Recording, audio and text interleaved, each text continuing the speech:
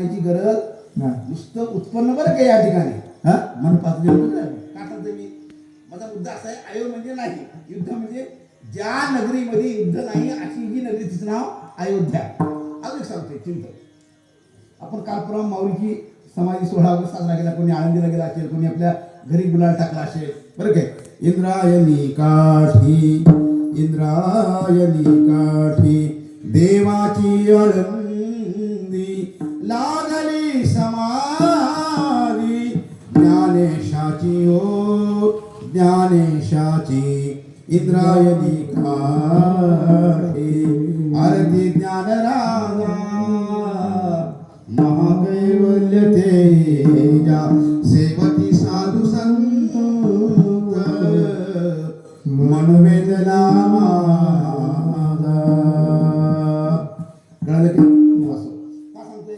त्या नेहमी अलंकापुरी लक्ष द्या आणि लंकापुरी कशाला म्हणायचं, जिथं नेहमी भांडणं कटकटी युद्ध होतं तिचं नाव काय लंकापुरी.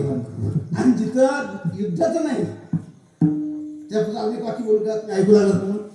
अरे जिथं गेल्यानंतर ज्याला युद्धाची खुमखुमी असते तिथं युद्ध करावं बरं काय असं ज्याला वाटतं त्या साधकाची स्थिती देखील युद्ध विरहित करणारी अशी एकमेव जागा म्हणजे अलंकापुरी.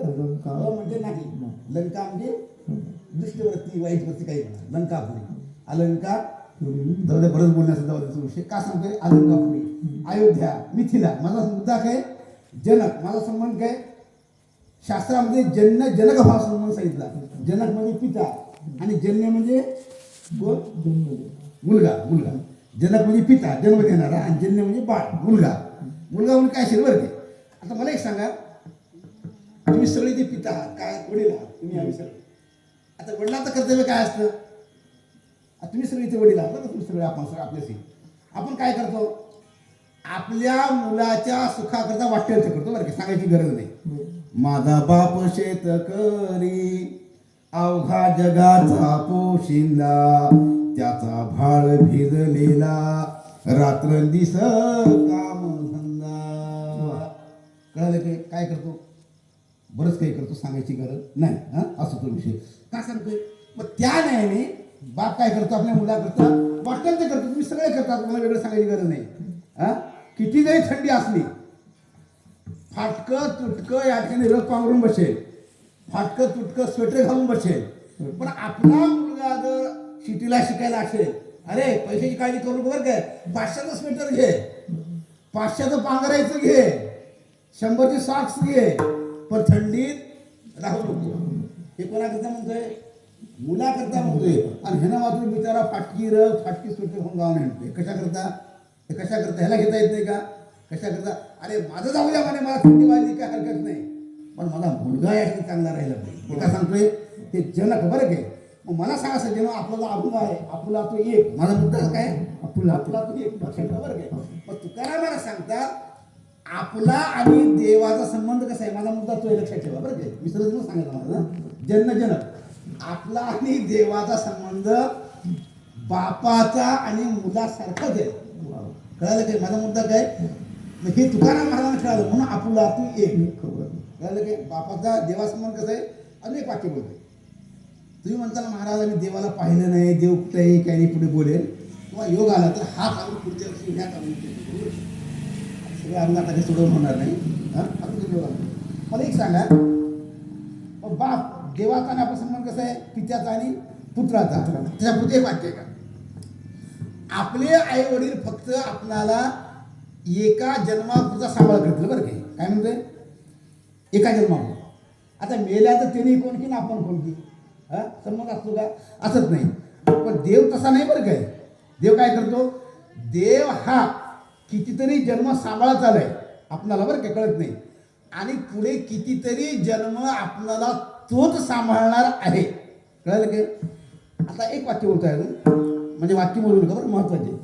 आता लोक म्हणतात देव काय करतो एक आभार प्रश्न सगळ्यांना दुर्बुद्धी ते म्हणा कदा अनुभूतो नारायण आता मग ऐशी कधी तुझे पाय जिती धरी. मला सांगा देव काय करतो देव बुद्धी देतो बरं काय. काय करतो देव काय करतो सांभाळा तुम्ही काय करतो बुद्धी देतो. आता तुमचे पहिलेच महिला या ठिकाणी मिळते कीर्तनाला आल्यावर थंडीमध्ये थोडं लक्ष नाही का. आता तुम्ही सगळे घरचं घर यात्रेला चाललं बरं का, चाललं यात्रेला चाललं पूर्ण घरी कुलूप लावून बरं का, कार वगैरे गाडी बुक केली, सगळे घरची फॅमिली चालली यात्रेला. मग जात असताना घरची जी म्हातारी स्त्री असते सासूबाईला म्हणतात बघ, आता कार वगैरे निघाला, ड्रायव्हर स्टेरिंग हातात घेतलाय, चालू करणार होता. ओ ड्रायव्हर थांब थांब थांब थांब का, थोडं जाऊन घराला बघून येते. मग येते कुलूप लावलं हलून बघते बरं का, लवकर कुलूप कुलूप तर चांगलं लागलंय तरी पुन्हा कुलूप काढते, लावलं कुलूप काढते आणि काढल्यानंतर पळत पळत पळत किचन रूममध्ये जाते बरं, लक्ष नाही का तुम्ही असं चेहरा लक्षात असेल. किचन रूममध्ये जाते आणि किचनमध्ये जाऊन काय करते, गॅसचं रेग्युलेटर बंद केले चालू केले पाहते बरं काय म्हणतोय मी. चिंतन साधं आहे पण महत्वाचं आहे. काय करते, गॅस चालू आहे की बंद आहे, मग गॅसचं रेग्युलेटर चालू असेल काय करते, बंद करते. बरं झालं बाबा, आठवण आली म्हणून बरं झालं म्हणून पुन्हा कारवाई करून टाकते. दृष्टांत संपला, सिद्धांत क्रिया. आता मला सांगा सगळं क्रिया साधी आहे. काय म्हणतोय, क्रिया साधी आहे पण कार मधून उतरण्याची बुद्धी, जा स्वयंपाकाला जाऊन बघ रेग्युलेटर बंद आहे, ही बुद्धी कोण दिली हो, वाजव महाराज दिली का, प्रवृत्तीच नाही. कोण दिली, वा देवाने दिली. कोण दिली, परमेश्वर देवाने दिली. म्हणजे माझा मुद्दा काय, देव अशा एवढ्या बारकाईनं तुमचा आमचा सांभाळ करत असतो. ह्याच्यावर मला कीर्तन सांगतील, भरपूर दृष्टांत सांगायला पण वेळ कमी आपल्याकडे, मला पुढे जायचं. ह्याला म्हणतात देव हा आपला पित्याप्रमाणे तुमचा आमचा सांभाळ करतो. हे गप्पा नाही बरं, मी तू वाटाकडून बोलत नाही. आमच्या जीवनात अशी बरेच प्रसंग गंडांचा त्याला म्हणतो, 2-3 गंडात येऊन गेलो. मग देव कुण्या लोकांना सांगणार काही कळत नाही बरं काय, लक्षात घ्या. बरेच प्रसंग तुम्हाला येतात, आम्हाला येतात, पण एक लक्षात घ्या, आपली भावना, आपला विश्वास, आपली भक्ती मात्र इमानदारीची पाहिजे. त्याच्यावर जर बैमानी असली तर देव तू जाणे कर्म जाणे बरं का. एक वाक्य बोलू का अजून, आता आपण काल्याचं कीर्तन सगळ्यांना ऐकत त्या काल्याच्या कीर्तनावर एक सुंदर प्रसंग आहे बरं का. देव कसा सांभाळ करतो. वसुदेवाचं आणि देवकीचं लग्न लागलं मला भागवत ऐकतो. बारात निघाल्यानंतर नगारी वाजायला लागले. जल्लोष कंस महाराज की जय ती म्हणून खबर नुसतं आहे का म्हणायला लागले, भाट गायला लागले, धिंगाणा चालू आहे, तर आनंदाचा प्रसंग चालू आहे. मग जाता जाता जाता जाता बारात आनंदाने निघाल्यानंतर थोडा अंतर चालू झालं, आवाज झाला आकाशातून. आवाज झाला ते, ए मूर्खा, ए पाप्या, ए दुष्टा, अरे ज्या बहिणीचे बागदोर तू हातात धरलेस ना, तिच्या पुढे 8वा जन्माला येणार आहे आणि तुझा काळ आहे, काळ आहे, काळ आहे. आकाशवाणी ऐकली, आपण भागवत ऐकलं, काळ आहे.